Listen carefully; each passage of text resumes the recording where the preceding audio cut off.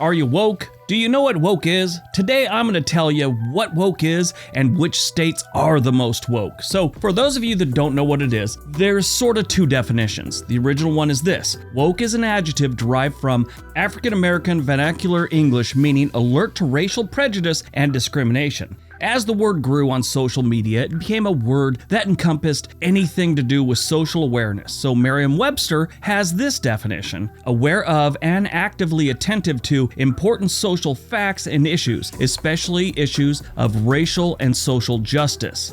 Woke is like the catchphrase of the 2020s. By definition, it's a good thing, but whenever humans are involved, it goes too far. Back when I was a kid, everyone tried to get their street cred by acting like a tough guy. These days, they're trying to get street cred by proving how offended they are on a regular basis. Now, in our least woke states video, I mentioned how Florida has like this new slogan thing where it's like, Florida, where woke goes to die. This, of course, led to discussions online of which is the most and which is the least woke state. When you're trying to determine that, how do you do it? There's no real way to gauge wokeness. It's not a real stat or anything. So when you're in this situation, you have to use stereotypes and then you rank those stereotypes. What I came up with was the percentage of the population that is estimated to have attended a Black Lives Matter protest, what percentage of the population gets most of their news from CNN or NBC, and how many vegan restaurants there are per every 100,000 residents. Now keep in mind, stereotypes about race and sexual identity can be offensive.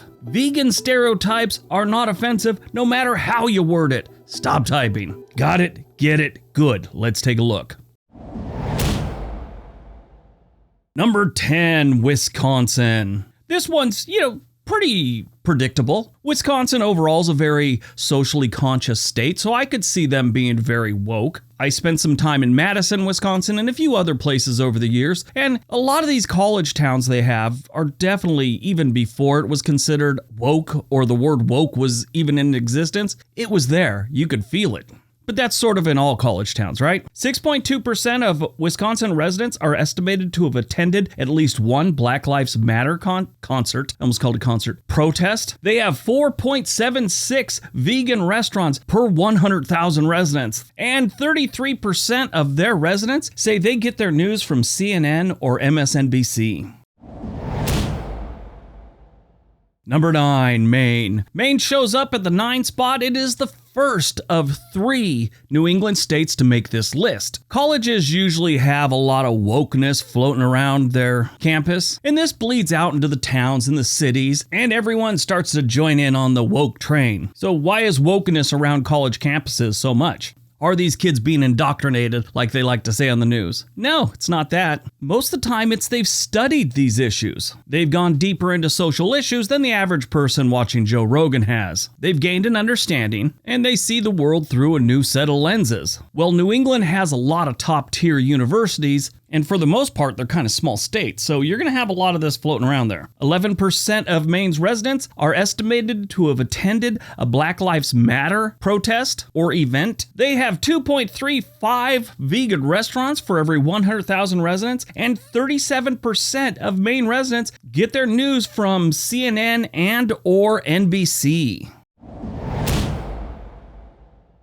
Number 8, New York. Like all stats when it comes to New York City plays a big part. There's a whole bunch of people there, and it's a giant city. Not saying the rest of New York, like upstate and stuff, is vacant. They just definitely don't have the population of New York City combined. New York City should really be their own state. They're totally different from the rest of the state. It's not different from New York City residents and the rest of New York? The F word. They all love using it. Just like California people saying dude. It just slips into conversations and they don't even realize they're saying it. It is estimated that 12.2% of New York residents attended a Black Lives Matter protest. They have 10.18 vegan restaurants for every 100,000 residents, and 32% of New Yorkers get their news from CNN and or MSNBC.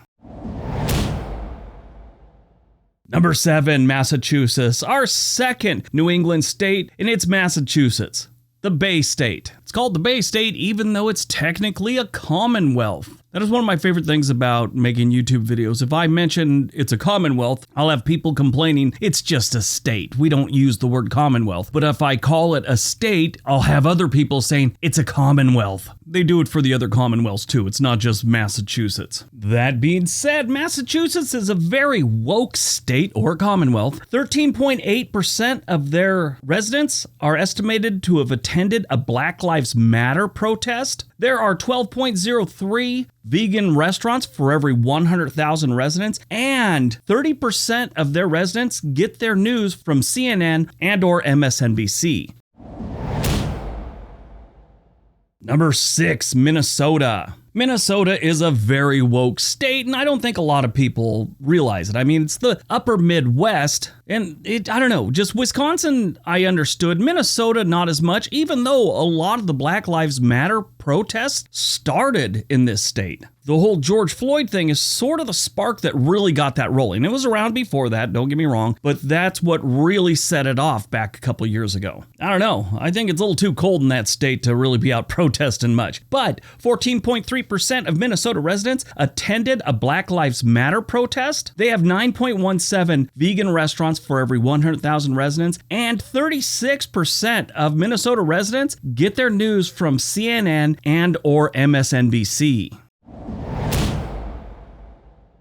Number 5, California. Yeah, I'm a little surprised this one wasn't number 2 or 3. California is another state when it comes to things like this that should be split in half. You have the west side of the state, which is liberal, wokeism, and rich people. And on the eastern side of the state, you have desert with rednecks, trailers, and conspiracy theories. On the west side of the state, you'll run into people that struggle to describe what kind of coffee they want from a barista in under 9 words. You ever stand behind one of those people at Starbucks and they're all, I want a soy latte, and then they go into a bunch of other words I don't understand that really sounds like they're speaking Latin. And the weirdest thing about it, the barista knows exactly what they're talking about. California, you know, I don't want to say they started wokeism, but those hippies in the Bay Area back in the 1960s, they were very woke and they had free love. That's so much better than just being woke. In the Golden State, it is estimated that 13.1% of their population attended a Black Lives Matter rally. There are 12.54 vegan restaurants for every 100,000 residents, and 33% of the population gets their news from CNN and or MSNBC. Number 4, Colorado. This is going to lead to a whole bunch of comments from people from California about how Colorado's not that woke, it's just all the Californians that have moved there. Well, that's true to an extent, but it's not the whole story. Colorado's one of those states that for about 4 decades now, a majority of their first-time registered voters are registering as Democrats. Democrats tend to be a little more woke. In Colorado, 13.7% of their residents attended a Black Lives Matter protest. There are 8.76 vegan restaurants for every 100,000 residents, and 39% of their population gets their news from CNN and or MSNBC. Number 3, Vermont. You know, when Bernie Sanders is one of your senators, you kind of got to expect your state to show up on this list. Vermont has a long history of like the hippie types and the woke types. It's just always sort of been their thing, but they still like their guns, which is, you know, kind of strange for a state that's as liberal as it is. That being said, 12.8% of Vermont's residents are estimated to have attended a Black Lives Matter protest. There are 11.18 vegan restaurants for every 100,000 residents, and 40% of the citizens of Vermont get their news from CNN and or MSNBC.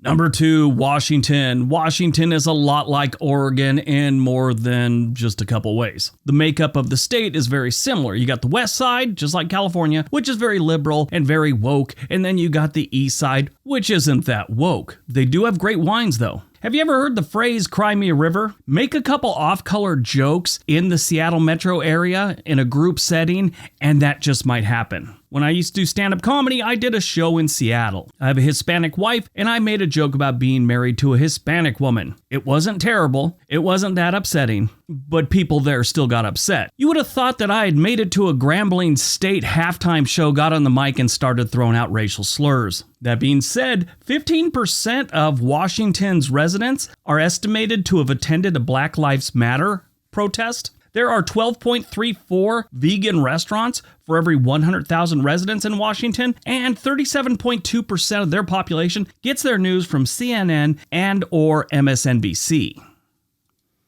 All right, before we get to number 1, don't forget we have another channel called On This Day. There's a link down below. All right, on to number 1.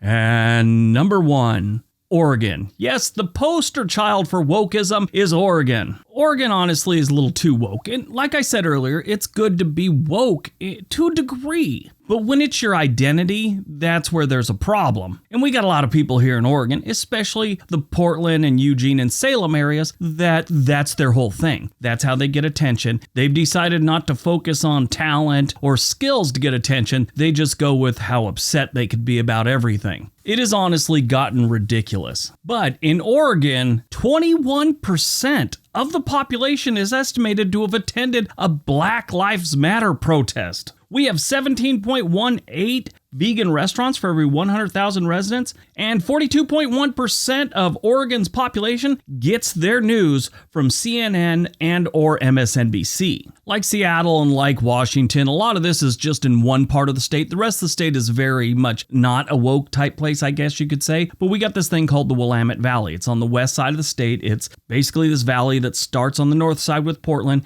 and kind of ends in Eugene. When you start getting the east side of the state, it's a different story. The Willamette Valley has like 500 wineries too. All right, that's today's video. Hope you guys enjoyed it. Hope you got some information out of it. Now go out, have a great day, and be nice to each other.